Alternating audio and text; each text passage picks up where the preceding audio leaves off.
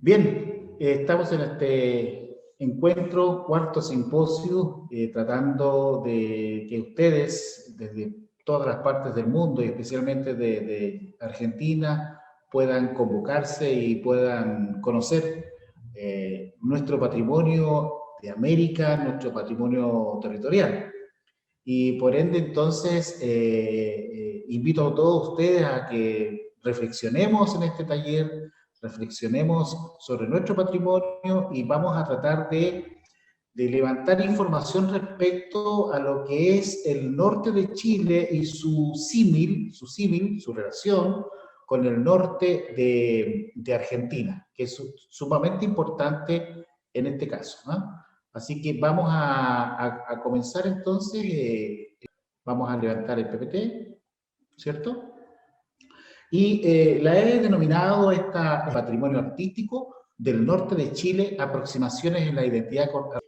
¿Cómo nuestro territorio en el norte de Chile, especialmente, se desarrolla en diferentes culturas, lo que significa lo que hoy somos como identidad cultural nortina de Chile? Pero también interesante porque hay muchos elementos en la danza, en la instrumentación, en la identidad, que la verdad es cosa que nos une muchas cosas, ¿no? Aunque hay una barrera geográfica, una cordillera hermosa, pero hay elementos culturalmente emergentes, vivos, que es también muy importante para nosotros, ¿no? Bien, entonces vamos a comenzar esta exposición, ¿no? ¿Cómo se crea, cómo construimos este universo de lo que hoy somos? Hoy somos el norte de Chile, hoy somos una comunidad, tenemos identidad, tenemos territorio, tenemos geografía, tenemos herencia patrimonial. Lo que hoy estamos viviendo tuvo entonces un elemento que es lo ancestral. Cómo tantas culturas, cómo convergen para poder iniciar entonces, cómo vemos nuestra cultura del norte de Chile. Y entonces lo primero que tenemos que ir viendo es cuáles son nuestros nudos de origen. Yo le llamo nudos de origen. Aquellos elementos que han construido nuestro patrimonio intangible y tangible, ¿no? Lo primero entonces es la cultura tiahuanaca. Otra, el tahuantinsuyo. Luego, todo lo que es el proceso de la conquista española. Cada estos bloques voy a ir tratando de explicar muy brevemente, pero cuál ha sido el aporte y cómo se van incorporando y cómo estos elementos, aun cuando han pasado muchos siglos, todavía permanecen. Tenemos también la conquista española, ¿no? Toda esta parte colonial que llega a América, y no solamente al norte de Chile y al norte de Argentina, sino a toda América, ¿no? Y por supuesto, un gran, pero importante aporte, los afrodescendientes, muchas veces silenciados en la historia, e inclusive en las mismas escuelas, en la misma educación formal, no nos hablan en los libros de esta trascendencia, de estos hombres y mujeres que llegaron a América Latina, y por Dios que no son migrantes. Ellos llegan como esclavos, porque un migrante llega a buscar a otro país otra forma de vida, mejorar su forma de vida, mejores expectativas de trabajo, pero ellos no son migrantes, ellos llegan como esclavos, digamos, a trabajos esforzosos, en la cual en algunas partes se pueden hacerlo bien y otras partes, como en el caso de Bolivia, decaen. Tienen que volver al sector de los yungas para poder trabajar en las cosas, digamos, agrícolas como la uva y el algodón. Por lo tanto, es muy importante esa parte, ¿no? Luego de conocer estos nudos, creo que es tremendamente importante cuando uno conoce un territorio, trabaja con un territorio, marca un territorio, quiere descubrir o quiere de alguna forma trabajar su entorno, lógicamente que hay que entrar a ciencias que me permitan a mí orientar, entender, reflexionar, comprender y hacer estudios de campo como la antropología, la sociología y la parte filosófica. Es decir, el hombre y su entorno, que es muy importante en la apología, el hombre que es capaz de convivir. Lo sociológico es capaz de ordenarse, en su territorio, es capaz de cumplir roles en su territorio, y lo filosófico es capaz de ver la existencia de la vida, esta cosmovisión de vida. Y todos los seres humanos del mundo tenemos digamos, un estudio distinto en lo antropológico, sociológico y filosófico. Por eso es importante entonces el aporte de cada uno de estos bloques que hablamos anteriormente para ir sabiendo y comprendiendo cómo emerge este norte de Chile vigente y cuáles han sido sus legados. Y uno de sus legados, como decía anteriormente, ha sido el imperio del Tahuantinsuyo, que predominó de los incas en sus regiones. Los incas no eran una comunidad de linaje muy inteligente y desarrollado socialmente, y logran ellos entonces insertarse y logran llevar su cultura, su identidad, su patrimonio, su costumbre, dominando territorio, porque eso fue dominar territorio, y así entonces tenemos que ellos hablan y mencionan 4 elementos políticamente muy estructurados, donde ellos van avanzando por el norte, por el sur y por la sierra, ¿no? Y por sectores cordilleranos, y traspasar, digamos, muchos elementos geográficos. Y a ellos entonces le llamamos la dividen en Chinchasuyo, Collasuyo, Antisuyo y Contasuyo, ¿no? Contisuyo. Lo importante de esta cultura del Tahuantinsuyo, es que en nuestro territorio ya hay un símil ya importante, porque el norte de Chile con el norte de Argentina y parte de Bolivia somos todos Collasuyo. Si usted mira este mapa de esta diapo, se va a encontrar que Chile, ¿cierto?, Bolivia y parte de Argentina somos todos Colla, ese sector geográficamente, donde llegaron los incas, ¿no? Y los incas dominan del año 1470, por supuesto, hasta la llegada de los españoles. Y ahí entonces, ¿de qué recogimos o qué todavía sustentamos nuestra cultura y nuestro patrimonio en este sector del norte de Chile?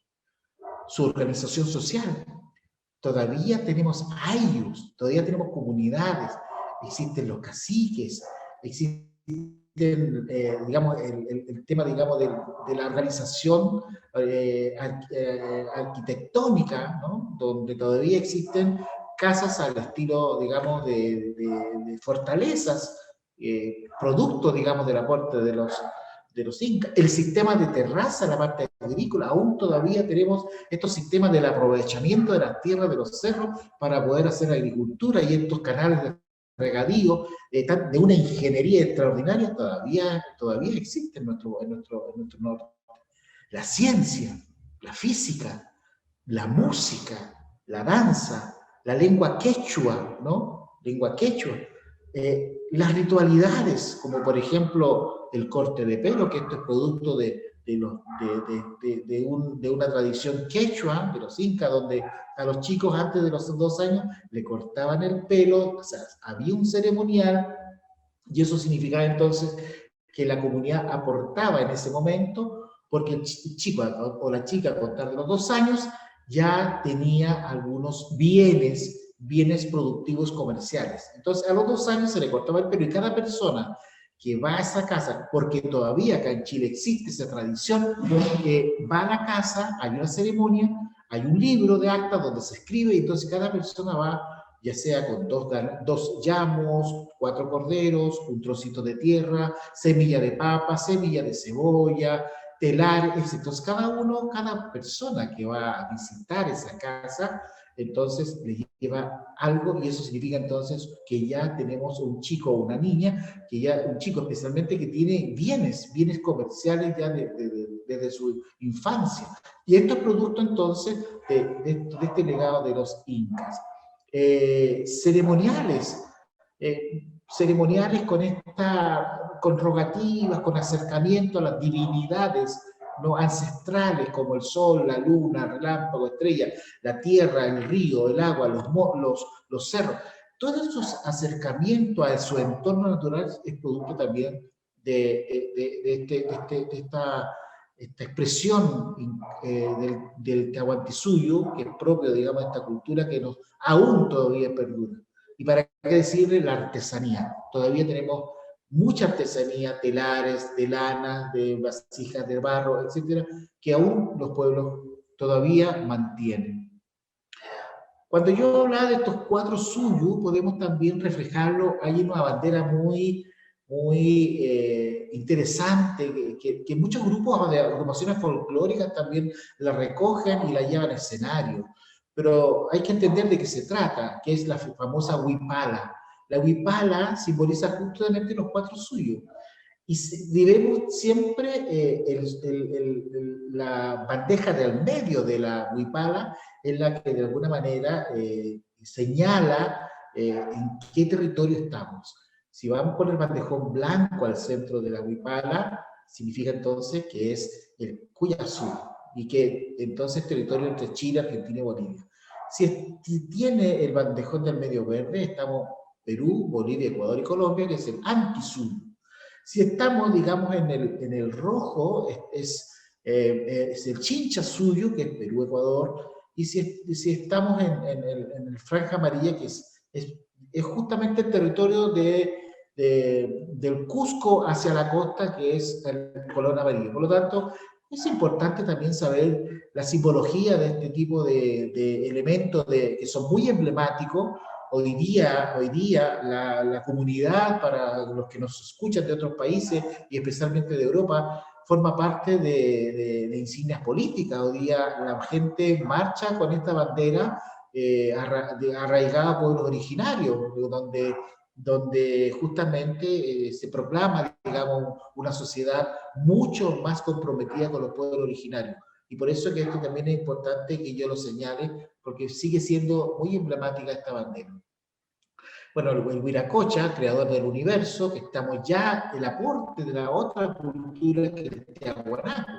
El Tiahuanaco es una comunidad aymara de 1580 a.C. hasta 1172 después de Cristo, ¿no? Luego hay un proceso de ellos para que se van acomodando, se van extendiendo, pero también es importante, digamos, esta cosmovisión del Tiahuanaco, porque nos deja hoy día en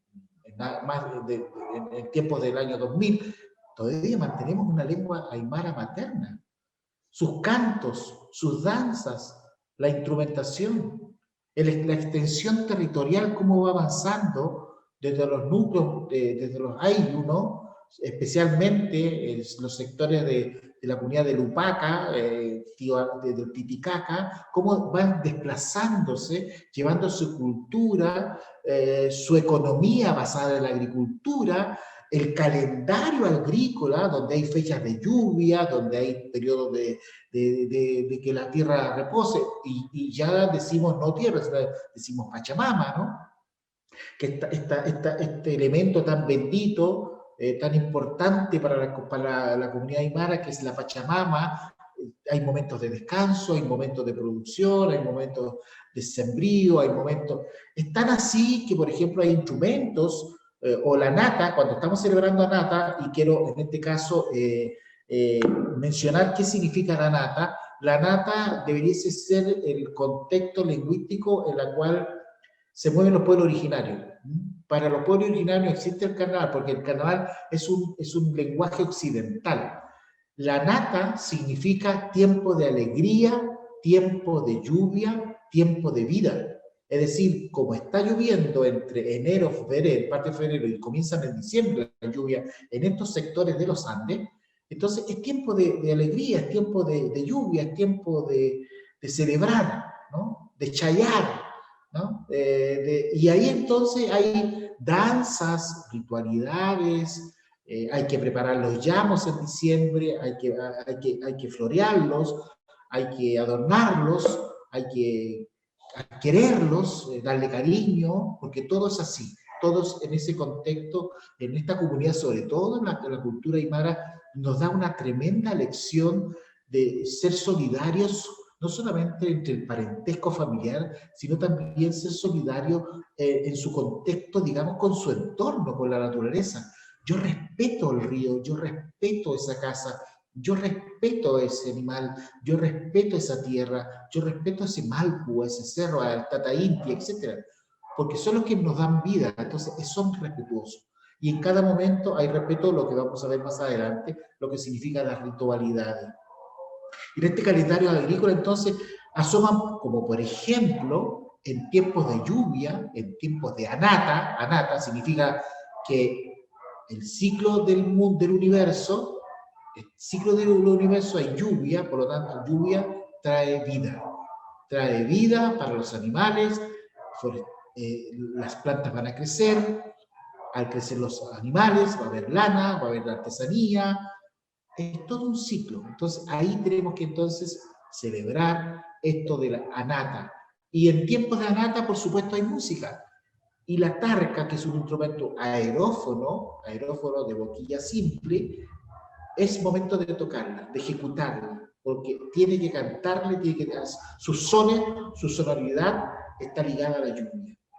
Pasando la lluvia, marzo, abril, mayo, junio, no escuchamos la tarca, porque la tarca es tremendamente importante en tiempos de lluvia. Son ejemplos que vamos incorporando donde el calendario agrícola para este territorio que es el norte de Chile y parte argentino, tiene que ver mucho con esto de esta cultura aymara que nos dejó este legado, ¿no? Que hasta hoy día perdura. Es decir, cuando hay cosecha hay que cantar, hay que bailar, porque hay tiempo de cosecha. Cuando hay siembra hay que bailar, es decir, aquí en el norte existen, por ejemplo, danzas especialmente para la siembra, como el Pachayampi, de la comunidad de Prutre, de Socoroma, de Belén.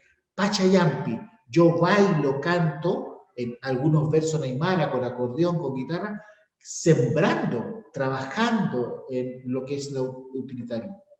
¿Qué más nos dejó esta cultura? Nos dejó el respeto por el entorno natural, como decía anteriormente, el vestuario, las indumentarias patrimoniales, tan interesantes que hasta el día de hoy se usan y digamos, esta indumentaria tan tradicional patrimonial de cada localidad de los Andes. Y por supuesto, la gastronomía.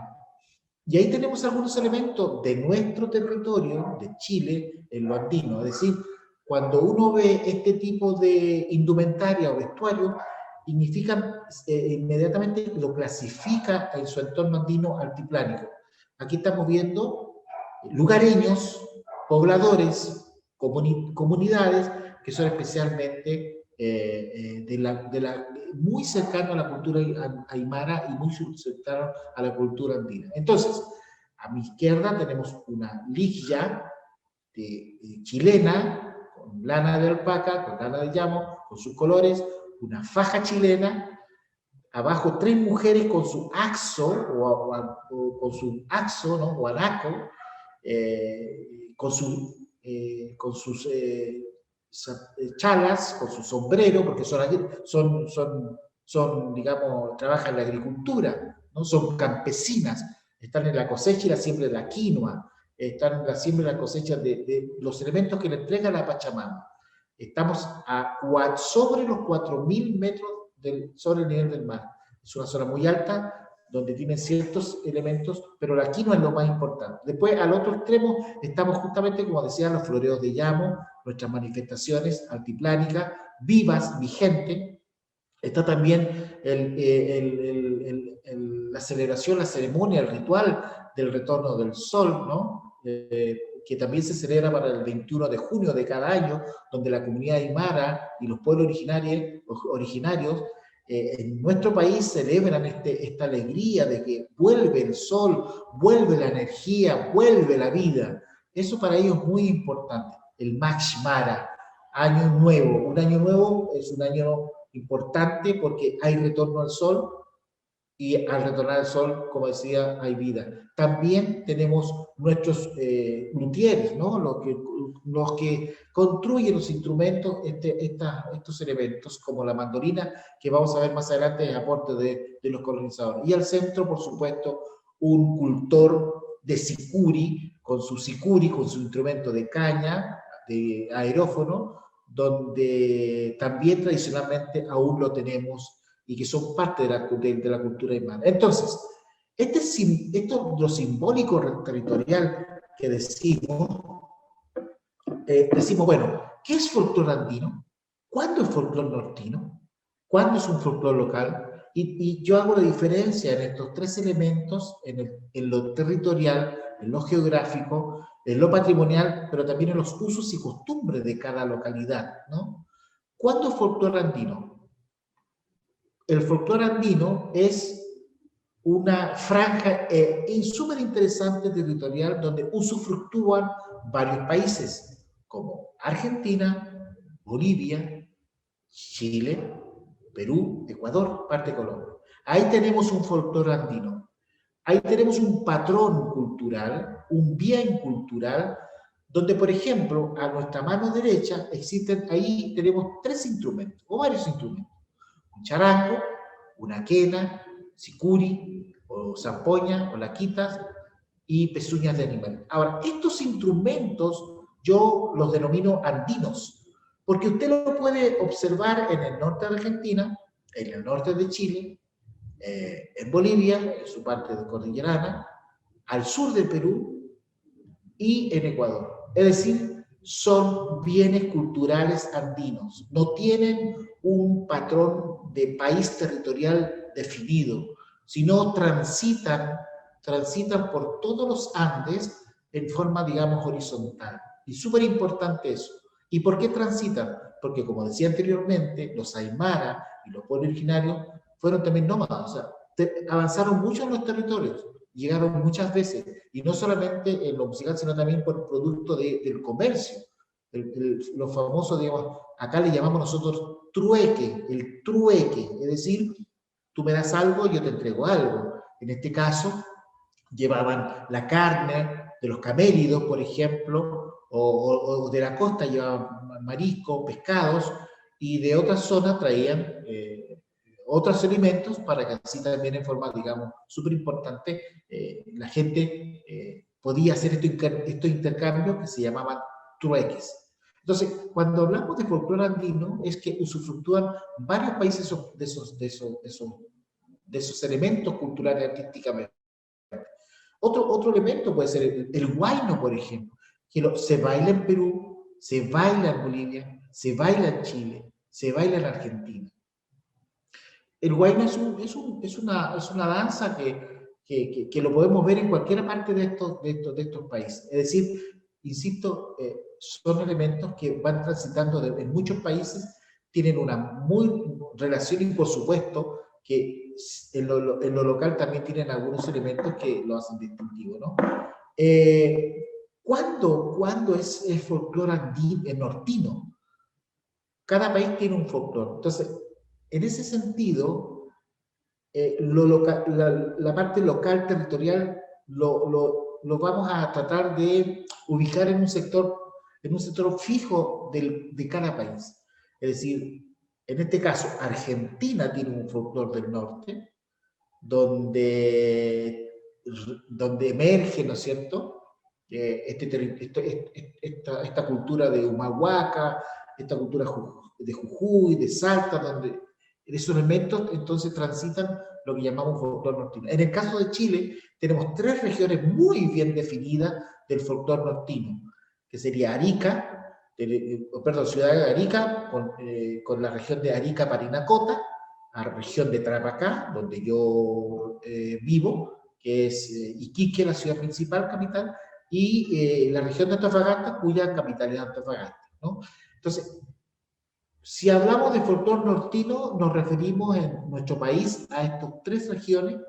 ¿Y por qué folclore nortino? Porque en estas tres regiones se baila la cueca nortina, se baila el huayno, se baila taquirari, se bailan los bailes religiosos, promesantes, se baila, etc. Entonces, esos son elementos en su forma y en su carácter, transitan desde Arica, desde Iquique, Antofagasta, que son las capitales, y hacia el pueblo interior, bailan estas danzas que son representativas del norte de Chile.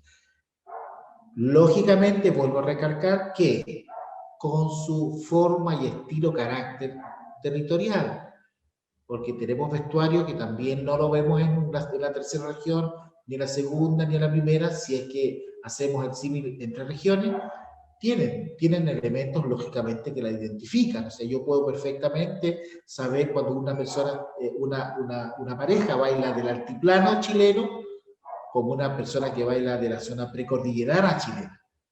Es decir, no podemos tampoco hablar de una sola cueca. Tenemos que hablar de la cueca del sector territorial, de qué comuna pertenece, con sus diversas variantes, tanto en vestuario, interpretación, ritmo y música, ¿no? Entonces, ahí tenemos un folclore nortino.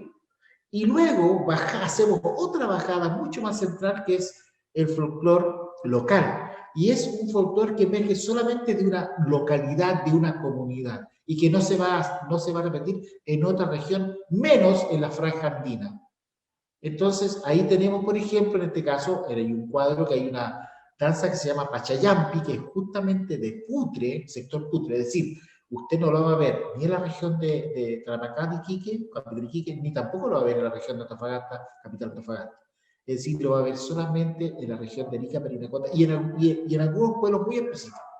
Y entonces ahí hablamos de folclore local, como por ejemplo, en Pica, en la ciudad donde yo también trabajo con mi agrupación, tenemos una danza que se llama cachimbo, es decir, esta danza no se expresa en Arica, no se expresa en Antofagasta, solamente es local. En resumidas cuentas, en nuestro territorio chileno, y también yo creo que en el norte de Argentina, esta simbología territorial pasa primeramente por un folclore andino, donde usufructúan varios países, tanto instrumentos, la misma lengua aymara, ustedes escuchan en Argentina, en Bolivia, en Perú y en Chile, es decir, transversal. Danzas transversales como el huayno, el taquirari. Luego tenemos un folclore nortino, específicamente del norte de Chile, como por ejemplo la cueca nortina chilena, muy diferente a la cueca nortina argentina y muy diferente a la cueca paceña o la cueca también bailada en Bolivia. Ahí tenemos un folclore nortino. Pero hacemos otra bajada que es ya el folclore más local, más territorial, que pertenece a una comunidad y en el caso de varios países no se da en otras regiones. Y eso es así, ¿no? Espero que me hayan entendido cómo yo divido territorialmente la franja en este caso. Ahora, es muy importante cuando uno hace un estudio de esta naturaleza en cuanto a saber, comprender, reflexionar lo que es la cultura tradicional patrimonial, lógicamente que tenemos que ir a un estudio investigativo etnográfico tradicional. Es decir, para mí siempre importante el sujeto más que el objeto. Es el sujeto el que cuando baila no es la coreografía, no es el movimiento, no es el vestuario, es el hombre. ¿Por qué baila? ¿Por qué siente? ¿Por qué le baila a la Pachamama? ¿Por qué le baila al ritual, a una imagen sagrada cuando es promocero? ¿Por qué baila el taquirari, ¿no? ¿Qué siente ese hombre?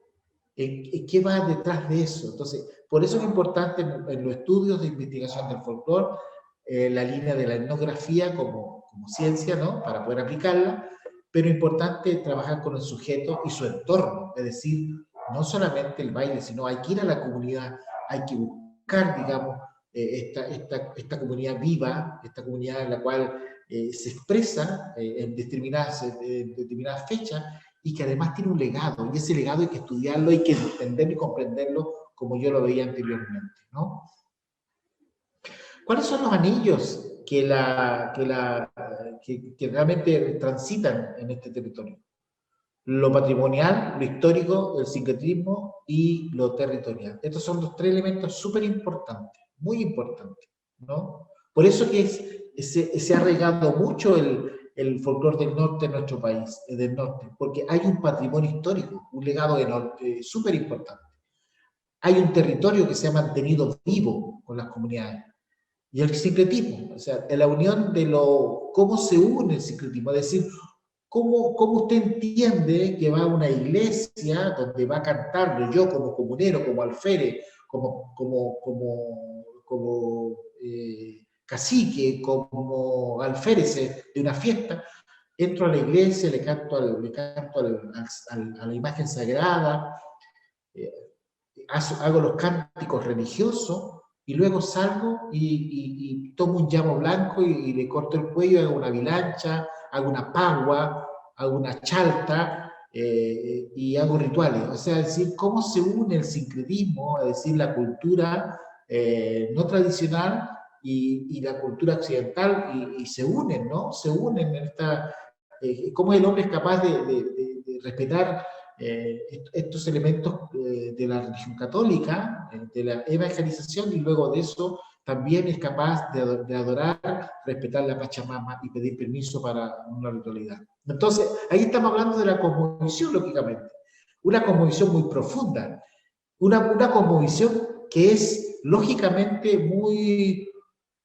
está en la filosofía de la cosmogonía, porque la cosmogonía es un mito relatado, ¿no? Es que la creación de los elementos esenciales que componen la vida, lo divino. Es decir, que nosotros pensamos que la vida va mucho más allá de la creación del hombre, sino hay algo, digamos, y por eso que en este contexto, nuestra cultura del norte está muy ligada a la cosmogonía, producto también de estos relatos de nuestro pueblo originario. Por ejemplo, la Pacha, es todo el universo, ¿no? Hanan Pacha, el Alaj Pacha, el Aka Pacha, el Manca Pacha, elementos celestiales, terrenales y subterráneos. Es decir, el hombre conjuga su vida, su cosmovisión en todo el año en estos tres elementos.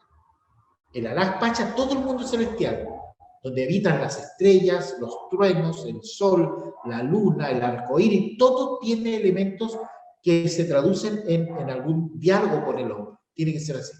Luego está el Acapacha, lo terrenal, donde crece el árbol, donde están los animales, donde está el hombre en sí, donde está la casa, donde está la piedra, donde está la carretera, donde está el río, donde está el agua, donde están los manantiales, donde está el cerro, etc. Es decir, tenemos que convivir con lo celestial, pero también está lo subterráneo, el Mancapacha, donde pasan, digamos, las vertientes, donde está lo diabólico, donde están las serpientes, donde desde ahí el fuego emerge hacia los volcanes y el volcán explota. Es decir, tenemos que estar en armonía con estos tres elementos de la cosmovisión andina. Bueno, este es un gran aporte a nuestro pueblo originario, que es la cosmogonía, ¿no?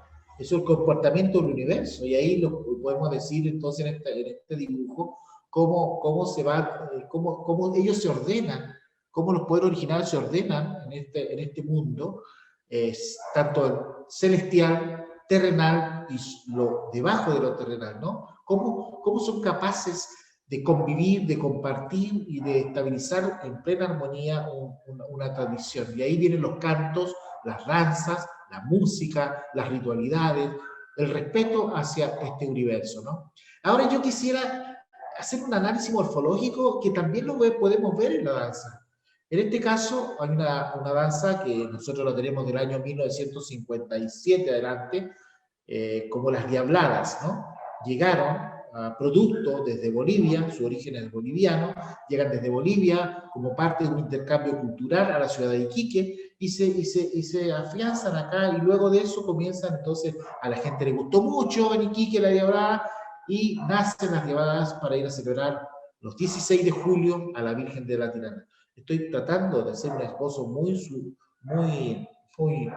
rápidamente, pero es eso. Pero yo quisiera que tal vez ahí en la misma Diablada nosotros podemos ver esta cosmovisión. El cóndor reflejado en la Diablada es un elemento de la Gaspacha, del mundo celestial, ¿no? El Jucumaris, muy conocido por mucha gente como oso, osito, pero la verdad la cosa es que el término tal vez más tradicional debería ser Jucumari, y el Jucumari es un oso andino que habita en Bolivia, parte de Ecuador, llega hasta Colombia. Es un oso andino muy tradicional con un tipo de ojo, ¿no? Negro, que se le llama así, porque esa es su característica facial. Pero está representado el oso de la. Y también está el mascapacha, esto lo diabólico, lo bajo terrenal, que es la máscara, el diablo, lo diabólico. Por lo tanto, aquí en un ejercicio muy simple, nosotros podemos ver en la Diablada un análisis morfológico en que existen estos mundos. El cóndor, que pertenece a la Gaspacha, el Jucumari, este osito, que pertenece a la Gaspacha, mundo terrenal, y este mascapacha, este diablo, la cosa diabólica, la maldad, que habita el subterráneo, ¿no? Ahora, lo importante también es el desarrollo colonial, porque hemos visto lo particular en los pueblos originarios en nuestra comunidad, ¿no? En los pueblos originarios. Pero también existe el aporte cuando llega después el periodo posthispánico, ¿no? Lo colonial. ¿Y cuál es el aporte de ellos? Colonizar la expansión territorial, la evangelización del territorio. Nuevas ideas sociales del mundo, por supuesto, vienen ellos desde Europa a traernos ideas, a traernos elementos, la destrucción de una cosmovisión. Y ahí viene la otra contraparte, porque también destruyen, ellos traen otros elementos, otra forma de vida, otra forma de ver el mundo, muy distinta a la forma que tenían los indígenas en esta. Entonces, destruyen parte de su cosmovisión. Pero ellos piensan que no han destruido, pero si nos damos cuenta, aún se mantiene, por lo que yo les he explicado. Destrucción de culturas milenarias, elementos milenarios, traen nuevas formas musicales, traen instrumentos y danzas cortesanas, grupales de pañuelos y cuadrillas, que eso no se usaba acá. Acá habían solamente ritualidades, ¿no? En honor, digamos, al entorno natural, de cantarle o de bailarle a ciertos elementos, ¿no? Nuevas formas de vestuario e indumentaria, traen la esclavitud, traen las imágenes sagradas y también la lengua, que es la que hoy mantenemos como la lengua española. Todos estos elementos son el aporte que hace entonces el desarrollo colonial. Y ahí tenemos algunas fotos donde tenemos danzas cortesanas, danzas de cuadrillas, movimientos de pañuelo. Ya cambia esta modalidad de ver el baile. Tenemos estos avances territoriales de conquista que llegan por Chile, por Argentina, etc. Tenemos la evangelización, ¿no? Pero también hay una cosa importante que yo les decía. Es decir, si tenemos el Tahuantinsuyo, el Tiahuanaco, la colonización, pero también está este gran aporte de los afrodescendientes a nuestra música, a nuestra danza y a nuestras expresiones, y a los propios lenguajes también. Y hay que entender que los esclavos, o sea, que esta gente sufrió muchísimo hasta 1855, cuando el general Ramón Castilla da la abolición, digamos, de la esclavitud en este territorio nortino chileno. Tengo entendido que en 1965, 63 recién, también hay una abolición de los esclavos en Bolivia. Entonces, esta es una cultura, una comunidad que sufrió mucho, que ha sufrido mucho, pero hay un tremendo legado hasta el día de hoy en nuestra cultura, en nuestra expresión, y es cosa de mirarlo. ¿Por qué danzan en Bolivia los morenos y en Chile también? Por ejemplo, ahí tenemos morenos de paso, tenemos estas danzas de festejos, estas danzas afro, ¿no? Tenemos las danzas también marineras, con mucho arraigo afro, y esta cultura muy silenciosa, muy sufrida, nos dejó un tremendo legado musical, un tremendo legado dancístico y unas tremendas también la parte gastronómica y hasta el día de hoy que perdura en nuestro norte. ¿Cómo podemos dividir entonces en cuanto a la funcionalidad y ocasionalidad que están las danzas, que está la música, que está el entorno? Yo lo divido en 6 elementos, en 6 grandes comunidades. Cuando hablamos de la danza, especialmente religiosa, es porque su rito es netamente religioso. Es decir, el culto, el movimiento, el baile, la música, su desplazamiento, tiene una sola dirección que es bailarle a una imagen sagrada. Y eso ocurre en nuestro norte de Chile. Se le baila a una imagen sagrada, ya sea un santo, ya sea una virgen, pero es nada más que eso. Luego tenemos la religiosa social, que es aquello en que le bailamos, le cantamos, hacemos culto a la imagen sagrada, pero a la vez después tenemos saliendo de la iglesia, tenemos estas grandes actividades, comidas, refrigerios y bailes fuera de la iglesia, en la plaza, en el parabién, en un lugar donde la gente se reúne y ahí podemos observar danzas muy tradicionales, en este caso de Chile, como la cueca nortina, como los taquirari, como los cachimbos, etcétera, ¿no? Donde la gente, después de esta parte religiosa, es capaz de compartir y convivir, y también con arraigos tradicionales aymara y quechua. Está la mitología, las danzas mitológicas, ¿no? Donde tienen una cierta arraigo a elementos cósmicos. Están los utilitarias, aquellas que prestan alguna utilidad. Por ejemplo, yo nombraba el pachillampe o estas danzas que están ligadas a la limpieza de canales. Es decir, hay un acompañamiento de la comunidad en forma voluntaria, que van a sembrar, que van a cosechar, o por ejemplo en el caso del sector Isluga o Cariquima, altos del norte de Chile, 4.000 metros, cuando van a hacer los famosos floreos de llama. La comunidad va, participa, ayuda, colabora, y estamos bailando y estamos participando durante el año en este tipo de cosas. Y a eso yo le llamo entonces, según su funcionalidad y ocasionalidad, fiestas tradicionales utilitarias. También están las sociales, por supuesto, ¿no? Aquello que, por ejemplo, tradicionalmente también tenemos algunas sociales. Por ejemplo, acá nosotros en el norte de Chile tenemos las casaratas. Son fiestas sociales, es decir, la dirección de eso es el casamiento de las personas. A lo tradicional, hay arcos de por medio, hay canciones de por medio, hay baile, y hay toda la ceremonia, todo un sentido, digamos, social. El mismo corte de pelo del niño que decía yo anteriormente, eso es social. O sea, ahí solamente la gente va porque el niño ha cumplido una etapa, 2 años, y se le entregan los bienes económicos para que con eso él vaya creciendo. Social, no tiene otra finalidad. No hay por allí un santo, una virgen, un terreno, no, es solamente social. Y podemos hacer muchos otros ejemplos más. Y también tenemos otro grupo en la funcionalidad y en la ocasionalidad, la parte lúdica, el juego. Hay muchos elementos tradicionales aquí en el norte de Chile, me imagino también en el norte de Argentina, que son lúdicos, es decir, jugamos, sobre todo para el tiempo de Anata, donde hay que jugar. Y ahí entonces acá hay varias danzas, como por ejemplo la danza del membrillo, o el juego de la carne, como le llaman en algunos, donde toman un membrillo a través de una música y unos cantos, van pegándose en las piernas con membrillos, se tiran a las piernas y golpean a las mujeres y hombres, se golpean con membrillos.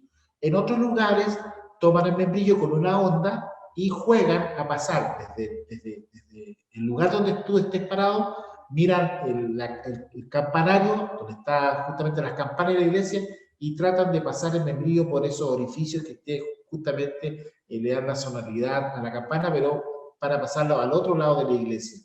Y lo otro que son juegos también de membrillo, que también se usa mucho, es golpearse y quien aguanta más hasta se tira en la espalda un membrillo. Y eso son cosas lúdicas que se mantienen hasta el día de hoy. Por lo tanto, en cuanto a funcionalidad y a ocasionalidad, yo distingo 6 elementos para poder clasificar la danza, la música, este bien cultural, entonces, en danza religiosa, danza y música religiosa social, danza y música mitológica, danza y música utilitarias, danza y música sociales y danza y música lúdicas, ¿no? En las sociales también están las cívicas, porque también los pueblos tienen las fiestas patrias, tienen algunos, digamos, el aniversario del municipio, que son pueblos originarios, pero también ellos hacen sus actividades dentro de las formas sociales cívicas, ¿no? Las ritualidades siguen siendo muy importantes en nuestro contexto del patrimonio, ¿no? Son ritualidades andinas, son rogativas, es muy importante, se le llama rogativa. Por ejemplo, yo pongo 3 ejemplos: la vilancha, la pagua y la chalta, o chaltar, o chayar. La vilancha es cuando uno, que significa ensangrentar, que uno entrega un animal de color blanco, ya sea un llama o un cordero, y le corta el cuello y esa sangre se vierte en la Pachamama para darle fertilidad, y ahí estoy cumpliendo un rito. Estoy cumpliendo un rito para que haya equilibrio, para que se alimente, para que esté sana, para que esté fortalecida la Pachamama. Entonces yo con ese ensangrentar, con esa vilancha, estoy cumpliendo un rito y estoy cumpliendo con no descuidar a la Pachamama, que me da la vida. La pagua es permiso, pedir permiso, licencia. Voy a paguar. Y normalmente se hace con alcohol, ¿no? Se brinda con alcohol, pagua, es decir, voy a pedir permiso y con ese alcohol entonces rocío la tierra, la Pachamama, ¿no? Y voy a pedir permiso para celebrar mi santo patrono, voy a pedir permiso para la inauguración de la casa, voy a pedir permiso para celebrar tal cosa. Se pide permiso, siempre.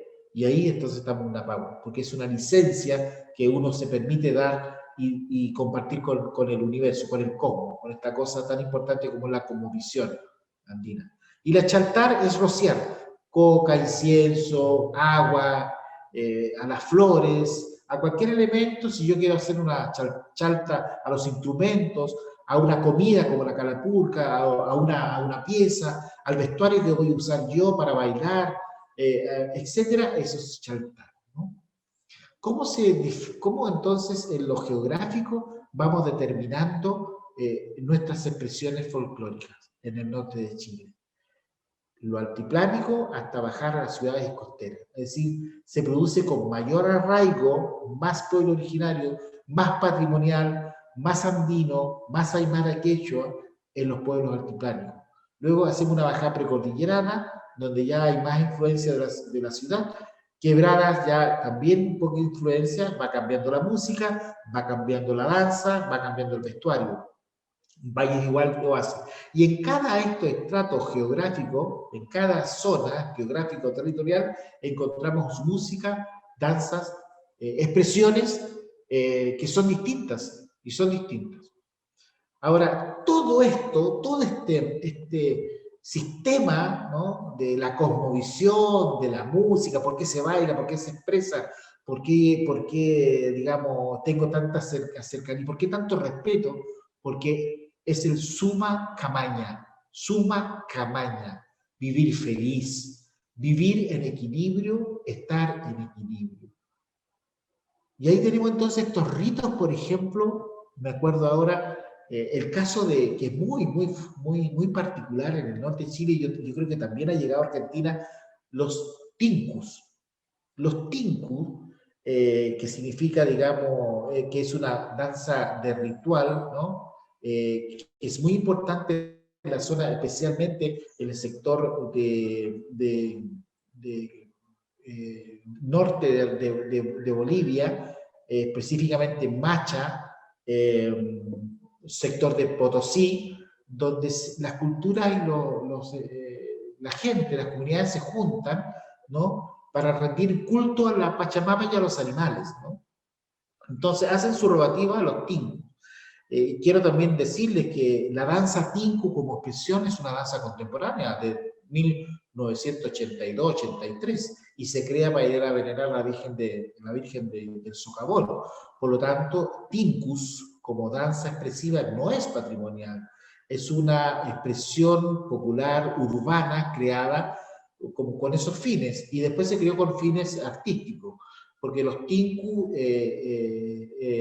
la verdad de las cosas que relata un poco este encuentro, ¿no? Pero no es encuentro para golpearse, no es encuentro porque pensamos que de repente estas comunidades se juntan para golpearse, no, es para se encuentran porque están en equilibrio.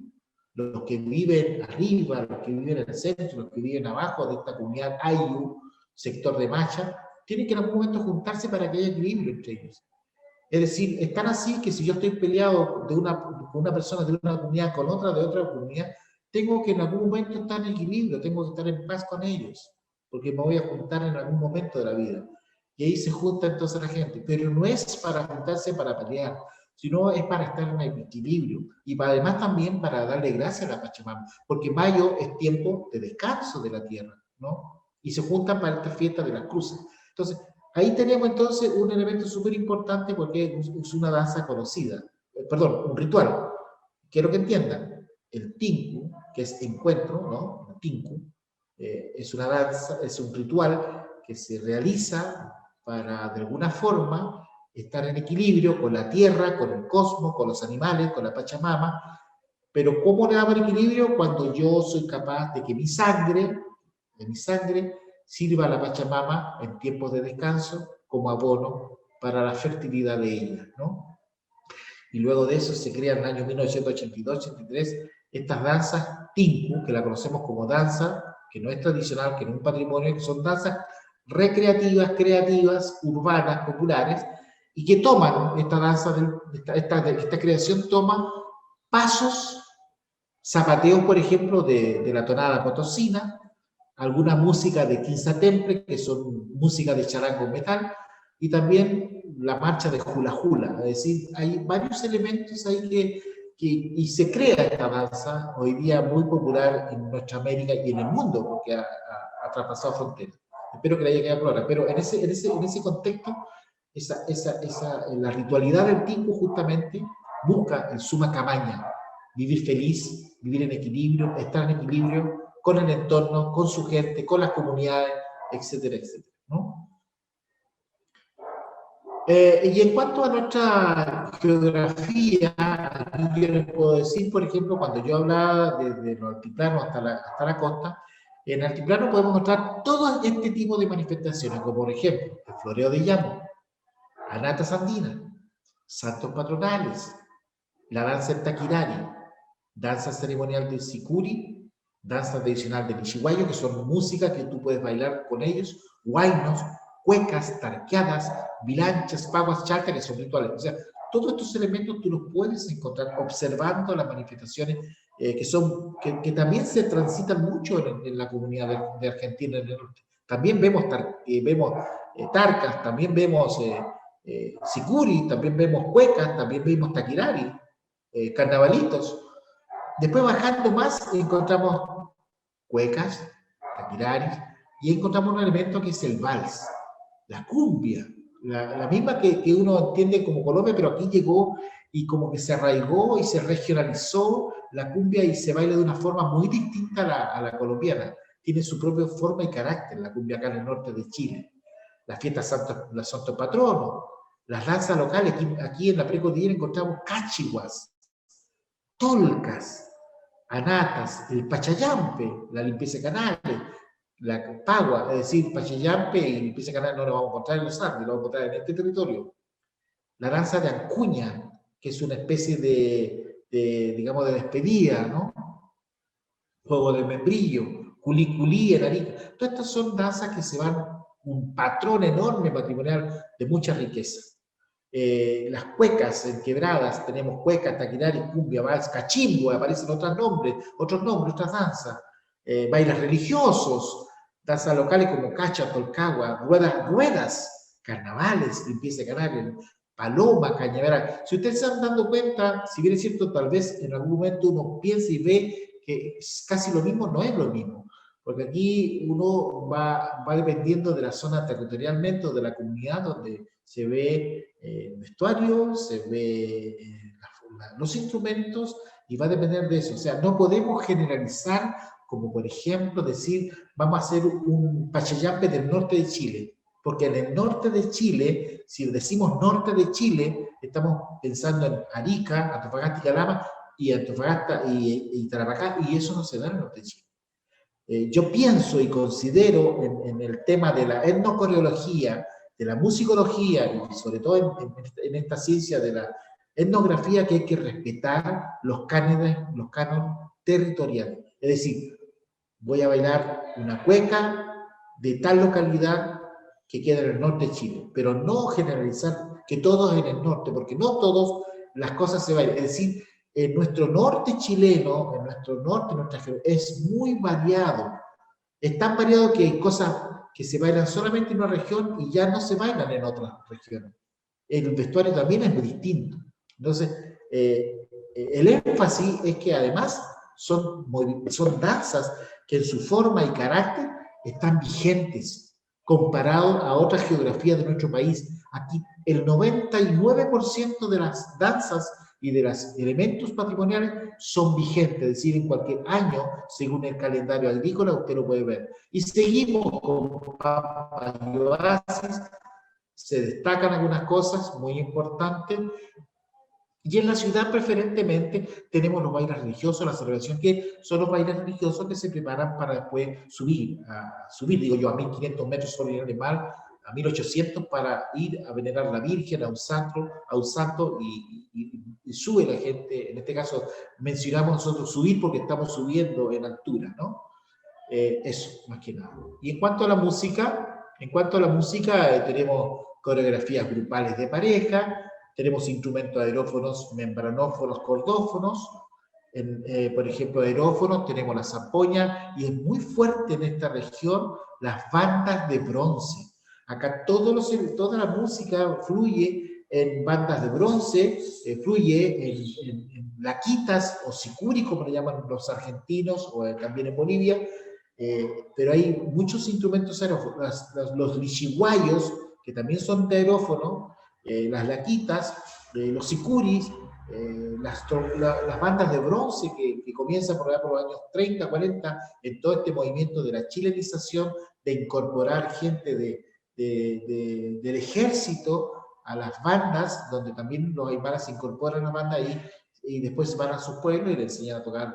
Y ahí se incorporan entonces las bandas de bronce, en este caso, en esta región, cuando los aymaras o cuando la gente son incorporados a las bandas del ejército. Entonces, es un fenómeno súper importante.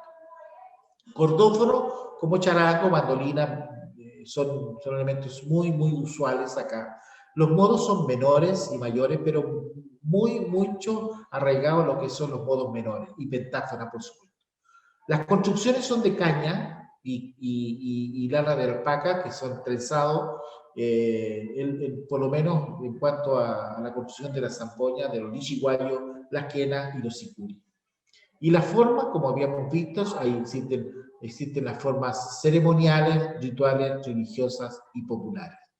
Con esto he tratado, justo una hora justa, precisa, he tratado de hacer un esbozo cómo este territorio del norte de Chile es capaz de emerger, ¿no es cierto?, cómo hoy día valoramos este patrimonio, esta identidad cultural, pero no podemos dejar de mencionar, imaginar todo esto que yo le he contado, todos estos elementos históricos, toda esta herencia cultural del Tahuantinsuyo, como el Tiahuanaco, como los afrodescendientes y toda esta población colonial que llegó de España a poblarnos. Y toda esta mezcla, aunque parezca raro, es una riqueza extraordinaria que hoy podemos aflorar como el folclore de nuestro país. Ya sabemos, como un folclore andino, que subsistúa en muchos países, con un folclore nortino, que tiene varias regiones, que se baila y se toca y se expresa danzas, pero también tenemos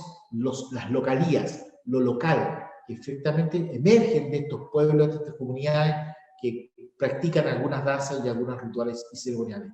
en el contexto, ese es nuestro norte de Chile, digamos, y eso es porque está vigente, porque hoy día la gente aún mantiene ese legado cultural. Ahora lo que vamos a hacer es voy a mostrarles algunos videos para que vayamos comentando aquello. Bien, a continuación, como habíamos dicho anteriormente, vamos a ver entonces algunos videos que les pueden servir a ustedes de observación, cómo es el movimiento, el estilo, la forma y carácter de lo que es la danza del norte de Chile. Lo que vamos a ver es una cueca valseada, simple, sencilla, no muy expresiva corporalmente ni interpretativa, es a la usanza de la gente del norte de la primera región, Tarapacá, capital Iquique, que yo he visto también algunas cuecas del norte de Argentina, más saltada, muy expresiva, muy interpretativa. La cueca del norte de Chile es mucho más sencilla. Vamos entonces.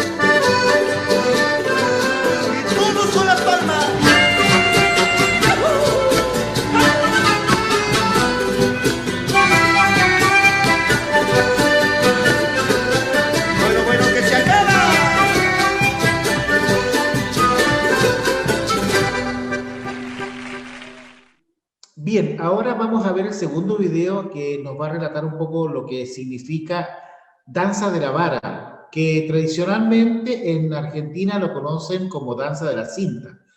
En su funcionalidad y ocasionalidad varía, porque aquí es una danza religiosa y que solo se baila en el norte de Chile para el 16 de julio y en otras localidades, en otras fechas.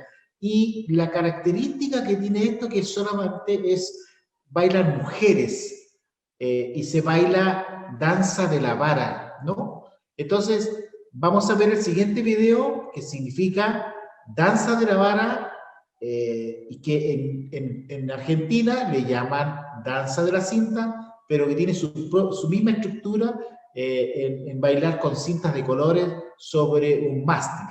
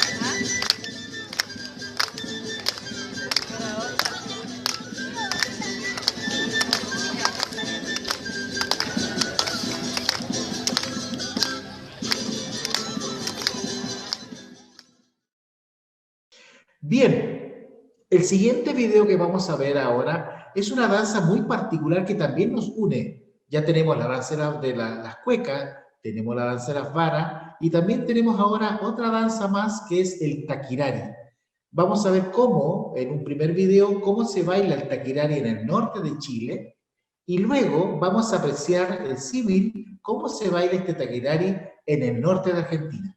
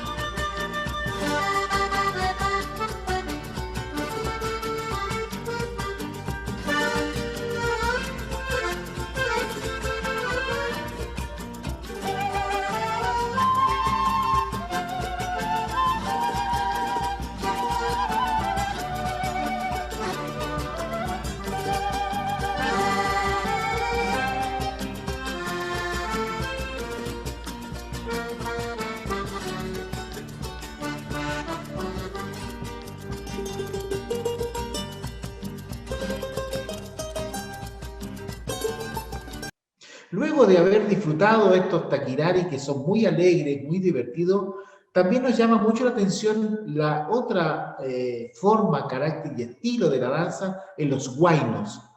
Vamos a ver primero un huayno chileno, bailado por pareja, que tiene su estructura, digamos, acompañado con bandas de bronce. Los huaynos no son cantados, son acompañados por laquita, por estos sicuri, o son acompañados por bandas de bronce. Muy particular, muy de pareja, muy interesante, con coreografía simple. Así que vamos a ver por parte de Chile un huayno bailado con gente, con artistas, con público. Y por otro lado vamos a ver el huayno, el huacañito o el huabaqueño, que también es muy tradicional en el norte de Argentina y que trasciende fronteras ese huayno. Porque la música es muy conocida acá en el norte de Chile. Es tan así que muchas veces, muy equivocadamente, los profesores, los maestros, al enseñarle folclore a los niños de básica, dicen que ese huayno pertenece al folclore chileno. Y yo sé, lo aclaro, que es un huayno del norte de Argentina. Entonces vamos a ver ahora danza en el norte de Chile y en el norte.